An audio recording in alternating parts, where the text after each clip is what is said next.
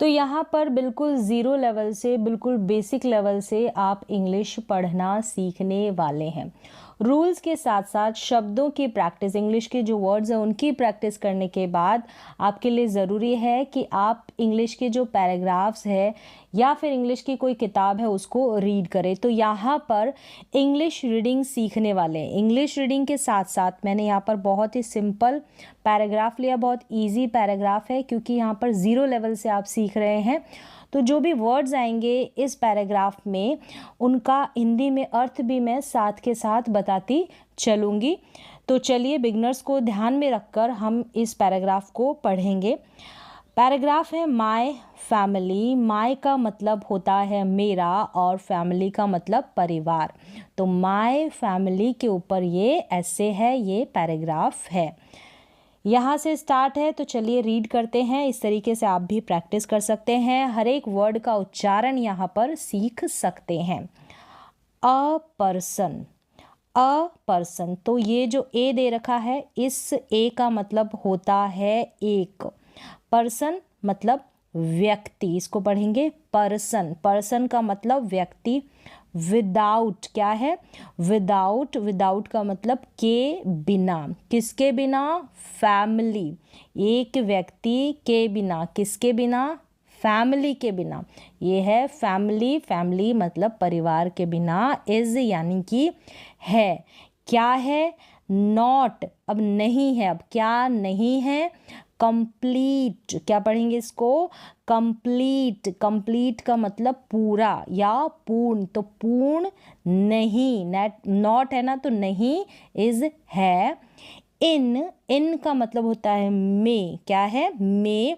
This मतलब इस या यह, इस के लिए भी दिस और यह के लिए भी दिस। ये है वर्ल्ड, क्या है? वर्ल्ड। वर्ल्ड का मतलब होता है संसार या विश्व या कह सकते हैं दुनिया। वर्ल्ड। बिकॉज, इसे पढ़ेंगे बिकॉज। बिकॉज का मतलब क्योंकि। क्योंकि फैमिली, फैमिली मीन्स परिवार। इज यानी है एन, ये है ए एन। तो एन का मतलब भी एक होता है और ए का मतलब भी एक होता है।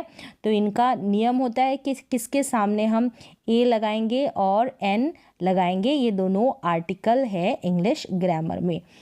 इंटीग्रल, इसको हम इंटीग्रल पढ़ रहे हैं। क्या पढ़ रहे हैं? इंटीग्रल। तो इन पढ़ रहे हैं तो पहला जो साउंड है वो ई आ रहा है, इसलिए हमने, अगर साउंड वाउल्स में से है तो हम एन आर्टिकल लगाते हैं, तो ई साउंड आ रहा है इसलिए एन इंटीग्रल। इंटीग्रल पार्ट, क्या है? पार्ट। पार्ट का मतलब हिस्सा या फिर कह सकते हैं भाग, हिस्सा या भाग। Of, of all of us, of all of us. तो यहाँ पर इस सारे पैराग्राफ का हिंदी में क्या मतलब हो गया? यहाँ पर है ऑफ, ठीक है। अब इसका मतलब है ऑल ऑफ अस, इसका साथ में ऑल ऑफ अस मतलब हम सभी। ऑल ऑफ अस हम सभी, और ऑफ मतलब का, के, की, इस तरीके से। तो यहाँ पर फुल स्टॉप आ गया है। तो ये पूरा पैराग्राफ जो है, पूरी जो लाइन है, इसका हिंदी में क्या मीन है इस फुल स्टॉप तक लेकर। तो यहाँ पर एक एक जो वर्ड्स हैं मैंने हिंदी में मीन बताया कि पर्सन का मतलब क्या होता है। ये पर्सन व्यक्ति। विदाउट, विदाउट का मतलब के बिना। फैमिली परिवार। इज मतलब है।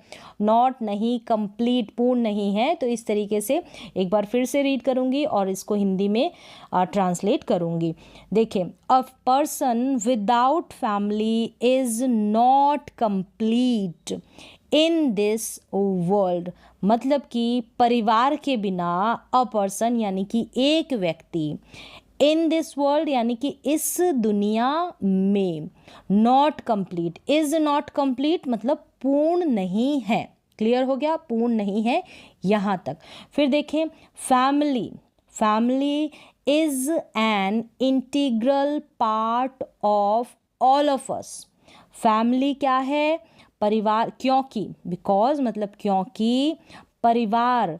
ऑल ऑफ अस मतलब हम सभी का। ऑल ऑफ अस हम सभी का, हम सभी हो गया ऑल ऑफ अस, और ऑफ का मतलब का।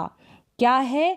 एक इंटीग्रल पार्ट, इंटीग्रल पार्ट मतलब एक अभिन्न अंग, एक जिसको अलग न किया जा सके ऐसा हिस्सा। चलिए, तो यहाँ तक आपको समझ में भी आ गया होगा और हिंदी में क्या अर्थ होगा ये भी पता चल गया। चलिए नेक्स्ट हम आगे पढ़ते हैं। ह्यूमन बींग्स, ह्यूमन बींग्स का मतलब मानव या मनुष्य, आर मतलब है।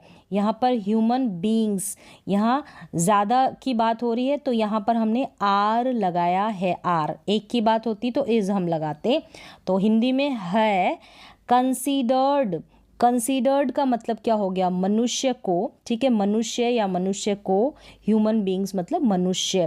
कंसीडर्ड का मतलब माना जाना, तो माना गया है, ठीक है।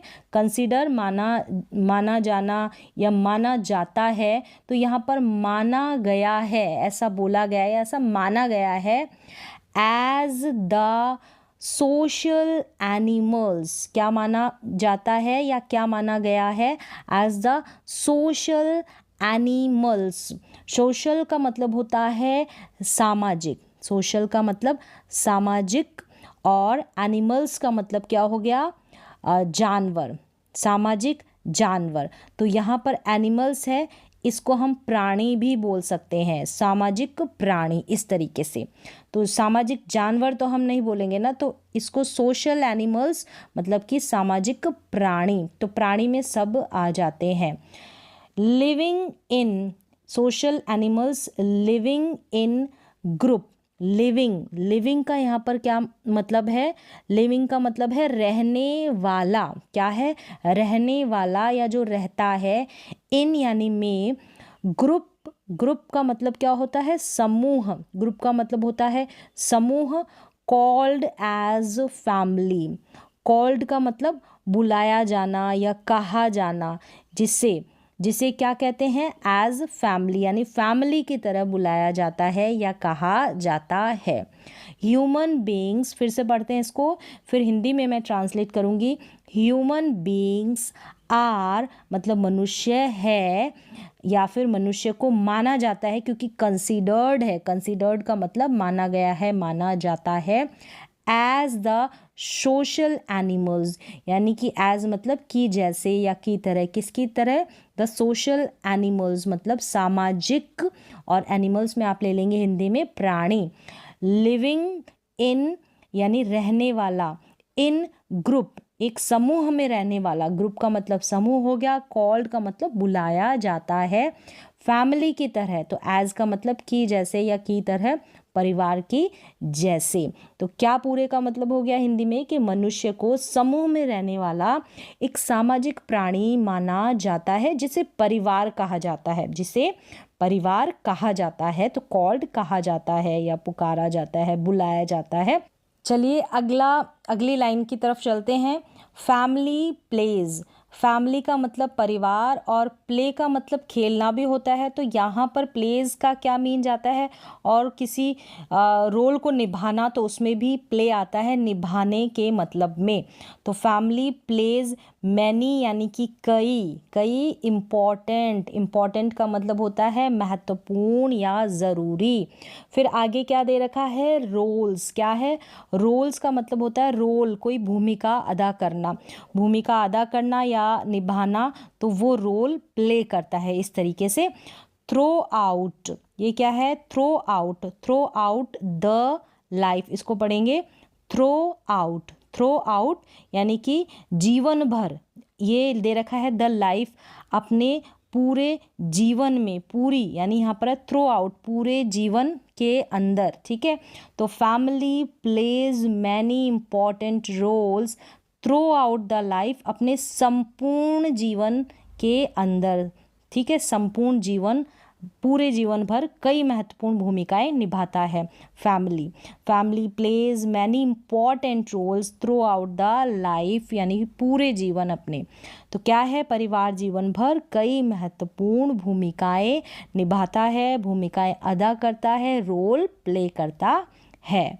तो यहाँ पर थ्रो आउट का अगर हम हिंदी में मीन लेंगे तो क्या लेंगे, जीवन भर, तो थ्रो आउट लाइफ मतलब जीवन भर, तो यहाँ पर इसका साथ में मीन चला जाएगा। तो family plays many important roles throughout the life, पूरे जीवन में। चलिए, थ्रू आउट द लाइफ, पूरे जीवन में। अगले लाइन की तरफ चलते हैं। अ फैमिली, एक परिवार, क्या है? अ family can be small family. Can B मतलब होना और सकना, तो हो सकती है। स्मॉल का मतलब छोटी, छोटी या छोटा, फैमिली का मतलब परिवार। क्या है? अ family can be small family, एक परिवार, छोटा परिवार।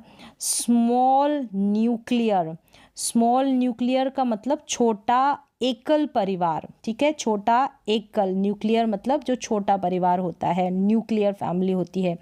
बिग न्यूक्लियर, बिग न्यूक्लियर का मतलब बड़ा, और वो भी एकल परिवार हो, छोटा हो लेकिन बड़ा। और जॉइंट फैमिली, जो न्यूक्लियर फैमिली छोटी भी हो सकती है और बड़ी भी हो सकती है। या, और का मतलब है या। जॉइंट क्या है? जॉइंट फैमिली, जॉइंट फैमिली को हिंदी में बोलते हैं संयुक्त परिवार। A family can be small family, small nuclear, big nuclear और जॉइंट फैमिली। नेक्स्ट देखते हैं। देयर आर, क्या है? There are many relationships, there are many relationships in the family, family में, ठीक है? इनका मतलब में, परिवार में। मैनी का मतलब कई, रिलेशनशिप मतलब रिश्ते, क्या है? रिश्ते। तो परिवार में कई रिश्ते होते हैं। देयर आर का मतलब है, परिवार में कई रिश्ते होते हैं। देयर आर मैनी रिलेशनशिप्स, इसको पढ़ेंगे रिलेशनशिप्स इन द फैमिली। अब कौन कौन से रिलेशनशिप्स होती है? जैसे कि, तो सच एज, यहाँ लिखा है सच एज, सच एज का मतलब जैसे या जैसे कि। ग्रैंड पेरेंट्स, क्या पढ़ेंगे? ग्रैंड पेरेंट्स, ग्रैंड पेरेंट्स साथ में मिलकर क्या बन गया? दादा दादी। पेरेंट्स आ गया सिर्फ पेरेंट्स यानी कि माता पिता। फिर है यहाँ पर वाइफ मतलब पत्नी, हस्बैंड मतलब पति, ब्रदर भाई, सिस्टर सिस्टर बहन, कज़न कज़न मतलब चचेरे ममेरे भाई बहन होते हैं वो कज़न। फिर यहाँ पर अंकल, चाचा और आंट, आंट का मतलब जो चाची है उनको इंग्लिश में हम आंट कहेंगे। अंकल, आंट एट्सेट्रा मतलब इत्यादि। तो इस तरीके से सच एज, फिर से रीड कर देते हैं। Such as grandparents, parents, wife, husband, brother, sister, cousin, uncle, aunt etcetera. चलिए नेक्स्ट है यहाँ पर अ पॉजिटिव, क्या है? अ पॉजिटिव, पॉजिटिव का मतलब होता है सकारात्मक, जो नेगेटिव ना सोचे, पॉजिटिव सकारात्मक। तो एक सकारात्मक फैमिली, परिवार, प्रोवाइड्स, प्रोवाइड का मतलब प्रदान करना, देना, क्या करता है, क्या देता है? लॉट्स ऑफ, लॉट्स ऑफ मतलब बहुत सारे या कई। बेनिफिट्स, बेनिफिट्स, बेनिफिट्स का मतलब है फायदे या लाभ। To its all members, to its यानी कि इट्स इसके, इसके सभी, ऑल सभी मेंबर्स को, सदस्यों को। वेयर, वेयर का मतलब होता है जहाँ, जहाँ। एवरीवन, क्या है? एवरीवन, साथ में पढ़ें इसको, एवरीवन यानी कि हर कोई, एवरीवन। शेयर्स, यहाँ पर शेयर, शेयर करना, बांटना या साझा करना। इक्वल, इक्वल का मतलब होता है बराबर, इक्वल, इसको पढ़ेंगे इक्वल, इक्वल। अब यहाँ पर इसको पढ़ें रेस्पॉन्सिबिलिटीज, तो साथ में हो जाएगा, पहले तोड़ के पढ़ें रेस्पॉन्सिबिलिटीज, रिस्पॉन्सिबिलिटीज क्या है? जिम्मेदारियाँ, उसको इंग्लिश में कहेंगे रिस्पॉन्सिबिलिटीज। विदिन, विदिन द, इसको with in, within the family, within, with in the family, with in का मतलब के अंदर, किसके अंदर, परिवार के अंदर, द फैमिली, परिवार के अंदर। एक बार फिर से रीड कर देती हूँ, फिर इसको हिंदी में ट्रांसलेट करेंगे। A positive family provides lots of benefits to its all members where everyone shares equal responsibilities within the family। क्या हो गया इस सारे का हिंदी में मतलब क्या है कि एक यहाँ पर है अ पॉजिटिव फैमिली, एक सकारात्मक परिवार जो पॉजिटिव चीज़ों के बारे में बात करता है, अपने सभी सदस्यों को टू इट्स ऑल मेंबर्स मतलब अपने सभी सदस्यों को बहुत सारे, यहाँ लिखा है ना लॉट्स ऑफ मतलब बहुत सारे या कई सारे लाभ प्रदान करता है। बेनिफिट्स प्रदान करता है, देता है। प्रोवाइड्स का मतलब प्रदान करना या देना। जहाँ क्या है, वेयर का मतलब जहाँ हर कोई मतलब एवरीवन हर कोई परिवार के अंदर या परिवार के भीतर, परिवार के अंदर क्या करते हैं, समान इक्वल जिम्मेदारियां बांटते हैं, साझा करते हैं। ठीक है, जिम्मेदारियां इक्वल बराबर बांट लेते हैं। रिस्पॉन्सिबिलिटीज मतलब जिम्मेदारियां। नेक्स्ट देखिए, एवरी मेंबर मतलब सभी, ठीक है, सभी सदस्य किसके, ऑफ द फैमिली, परिवार के, ऑफ का मतलब के, द फैमिली परिवार के, इमोशनली, क्या इसको पढ़ेंगे इमोशनली पहले इमोशनली का मतलब होता है भावनात्मक रूप से। ठीक है, भावनात्मक रूप से इमोशनली अटैच, क्या है अटैच का मतलब होता है जुड़े हुए होना, जुड़े हुए रहते हैं। टू ईच अदर एक दूसरे से, इन देयर हैप्पीनेस यानी उनकी, ठीक है, इन देयर एक दूसरे की, उनकी क्या, हैप्पीनेस एंड सैडनेस।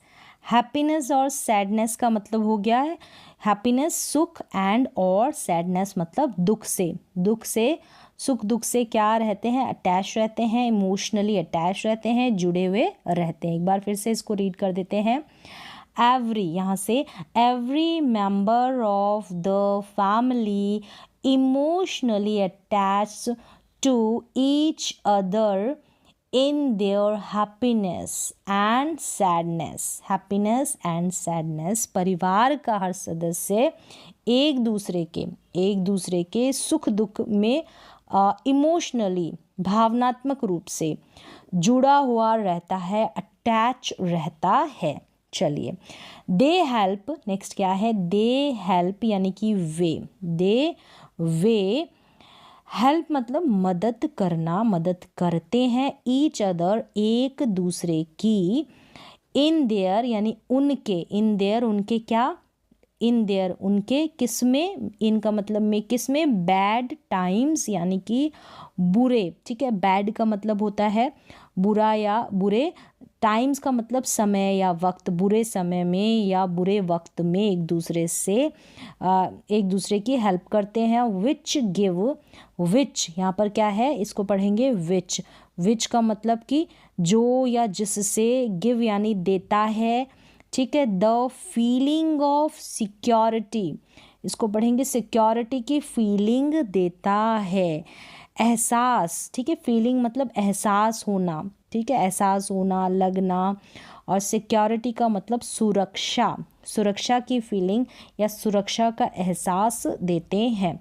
चलिए फिर से पढ़ते हैं। They help each other in their bad times which give the feelings of security. वे बुरे वक्त में एक दूसरे की मदद करते हैं जिससे सुरक्षा महसूस होती है या फिर सुरक्षा का एहसास होता है, विच give the feelings of security. Next क्या है, अ फैमिली प्रोवाइड्स का मतलब प्रदान करना, देना। अभी पहले बताया मैंने लव। अब क्या देते हैं, एक परिवार क्या देता है, लव देता है। लव का मतलब प्रेम, प्यार। वार्मथ का मतलब होता है उत्साह, गर्मी, या फिर कह सकते हैं यहाँ पर मित्र भाव देता है, प्रेम देता है।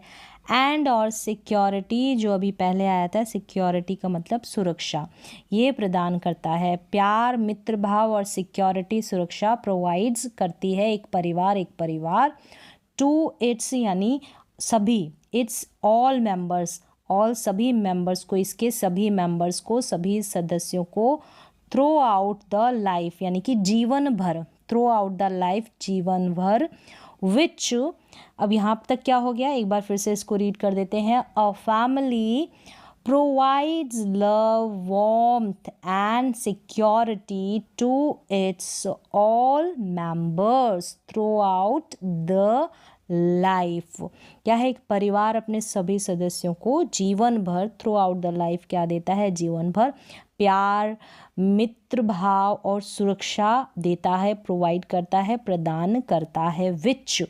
विच यानी कि जो या जिससे, मेक्स, जो, मेक्स यानी बनाता है, मेक्स का मतलब बनाता है, इट इसे, इट का मतलब इसे, अ कंप्लीट फैमिली एक पूरा परिवार, अ कंप्लीट, इसको पढ़ेंगे कंप्लीट फैमिली, परिवार एक पूरा परिवार बनाता है। ये सभी चीज़ें जो अभी बताई। अ गुड एक अच्छा या अच्छी, एंड ये है एंड मतलब कि और, एक अच्छा और हेल्दी फैमिली, हेल्दी मतलब कि स्वस्थ फैमिली परिवार, मेक्स मतलब कि बनाता है करता है। अ गुड एक अच्छी या अच्छा सोसाइटी क्या करता है, एक अच्छे सोसाइटी का मतलब समाज एंड और अल्टीमेटली क्या है, अल्टीमेटली का मतलब अंततः अ गुड एक अच्छा सोसाइटी एक अच्छा समाज, इन्वॉल्व्स, इसको पढ़ेंगे इन्वॉल्व्स यानी कि इसमें इन्वॉल्व होना, इससे जुड़े हुए रहना, ठीक है। In making a good country, making का मतलब बनाना या निर्माण करना, एक अच्छी कंट्री, एक अच्छे देश का, ये सारी चीज़ें इन्वॉल्व रहती है, एक मिली हुई रहती है। एक बार फिर से इसको रीड कर देते हैं, क्या है, अ गुड एंड हेल्दी, इसको पढ़ेंगे healthy family makes a good society and ultimately a good society involves in making a good country. क्या मीन हो गया इन सभी का, तो जो डिफ़िकल्ट वर्ड्स थे, हेल्दी हो गया, जैसे स्वस्थ, अल्टीमेटली अंततः, ये सारे मीन मैंने यहाँ पर बताए। इन्वॉल्व होना, मिले हुए रहना किसी से, तो सारी चीज़ जुड़ी हुई रहना। अब क्या है, एक अच्छा और स्वस्थ परिवार, हेल्दी फैमिली एक अच्छे समाज का निर्माण करता है एक अच्छी सोसाइटी का। और अल्टीमेटली यानी कि एंड अल्टीमेटली और अंततः एक अच्छे समाज से अ गुड सोसाइटी से क्या होता है, एक अच्छे देश का निर्माण होता है, एक देश बनता है। In making a good country, ये सारी चीज़ें इन्वॉल्व रहती है एक अच्छी कंट्री को बनाने में, विकसित करने में, उसको निर्माण करने में उसका। तो इस तरीके से बहुत छोटा सा पैराग्राफ है। मैंने हर एक शब्द का, हर एक इंग्लिश के वर्ड को यहाँ पर हिंदी में ट्रांसलेट किया है, धीरे धीरे पढ़ा है, क्योंकि ज़ीरो लेवल से यहाँ पर आप पढ़ना सीख रहे हैं, बिल्कुल बिगनर्स हैं। तो उसको ध्यान में रखकर यहाँ पर रीड किया है। तो बिल्कुल बेसिक रीडिंग है, बेसिक यहाँ पर वर्ड्स मैंने बताए, एडवांस चीज़ें यहाँ पर मैंने यूज़ नहीं की है। तो इस तरीके से स्टार्टिंग लेवल पे आप इसी तरीके से एक पैराग्राफ को या किसी भी इंग्लिश की किताब के बुक के चैप्टर को रीड करें। तो आज की रीडिंग के क्लास में बस इतना ही, इसकी आप फिर से प्रैक्टिस कर सकते हैं।